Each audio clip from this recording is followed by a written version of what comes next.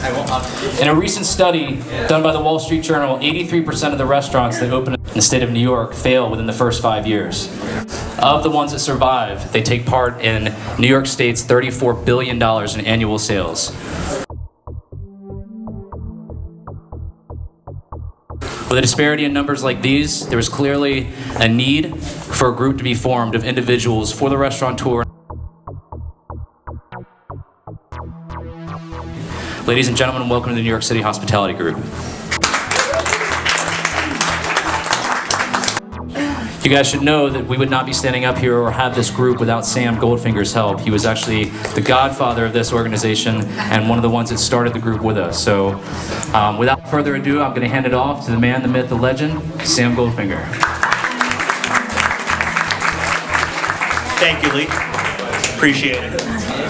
We were actually debating who was going to MC this, and originally Lee was supposed to, but a couple of things. One was, first of all, I have a much cooler last name than Lee.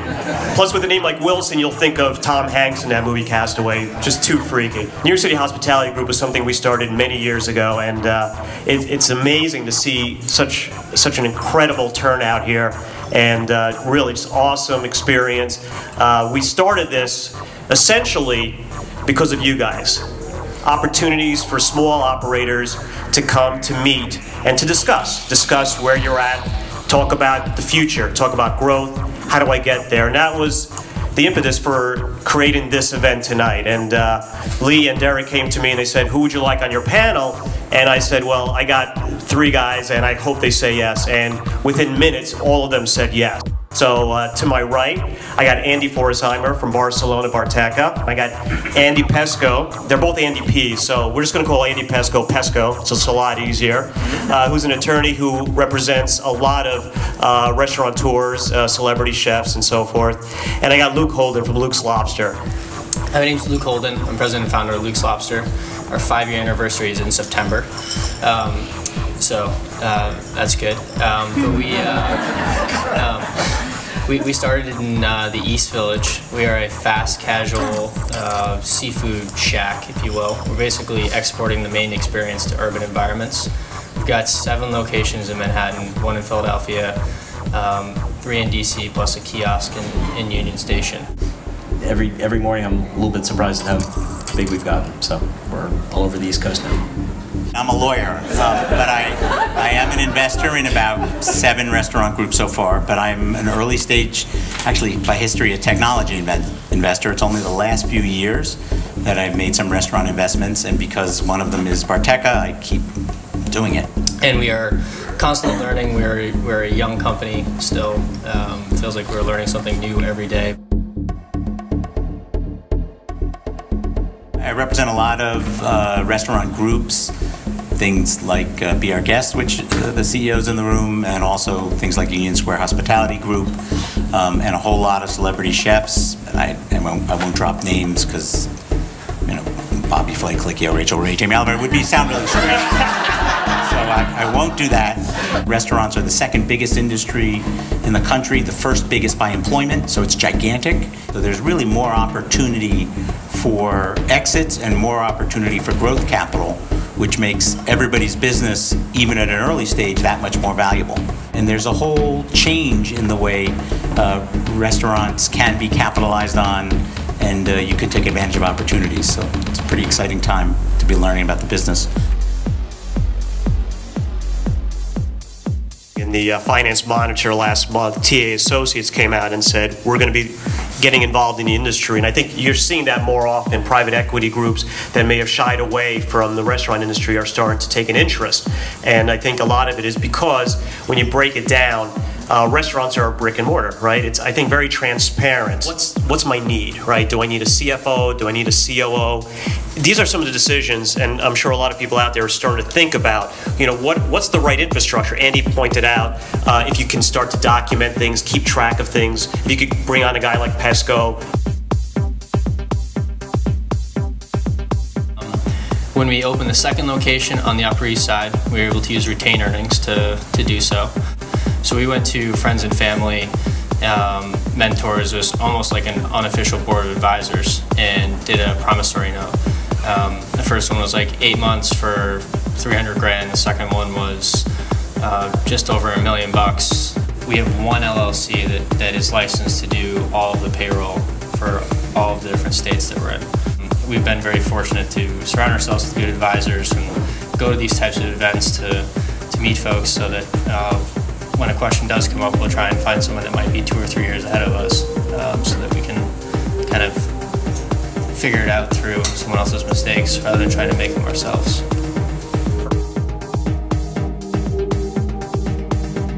As you get bigger, typically it makes more sense for you to borrow where you can, so you give away less and less as you have something successful.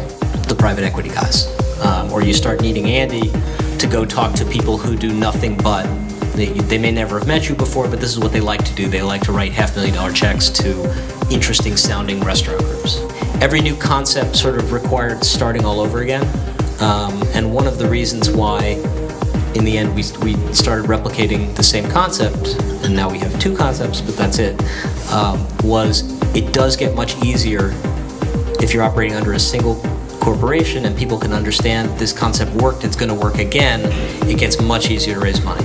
The legal process was torture. But these two have dramatically changed their plan. I think you would say it narrowed and honed it. And they didn't have a plan to start with. They couldn't have made it better each time. But it should be a plan of where you hope to grow and what you hope to do. And the same reason every cab out on the street is its own LLC or Inc. for liability. That's the same reason every restaurant should be. I think you do need to find people with restaurant experience to get advice from. And that certainly doesn't have to be lawyers. Your accountants and other advisors and other restaurateurs are a huge plus. But make that plan. You or the panel can comment on as far as operating in the New York City business environment and trends. Yeah, I am going through the worst allergy season of my life. And especially in this city, I don't think people are just accepting that it's good food or decent service. They really want a great experience. You know, it's the greatest city on this planet, so that's why you named it the New York City Hospitality. New York has been arguably the restaurant and food capital of the world for a long time. You no longer have to be beyond the borders of this island or in Brooklyn to prove yourself. And I think that's changing, and that means that it's less of a model launching place, less of a flagship attitude, and more of a unit, actually execution. And so that I think is different. I see that more and more. Is it still possible to have a single standing operation in New York City and be successful and actually make money doing it? It absolutely is. It's just a couple of things. Restaurants have a life cycle, and that it is a statistic that is pretty stark. There aren't a lot of restaurants that have been around 40 years or 30 years, not even that many, around 20 years. Also, most people who are in this business are doing it for joy as well as to make money. And it's much easier to make money on a second restaurant than the first one. So. Thank you so much. I do want to just talk about one thing, and that's the importance of networking. My mentor was Alan Mandel, and a couple of my Smith & Wollensky guys are here.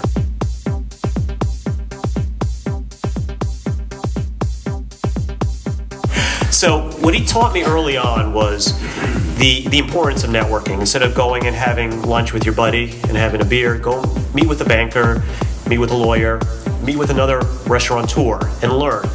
And so you don't know who you're going to meet and how or why. Build the connections, which is a part of what this New York City Hospitality Group is.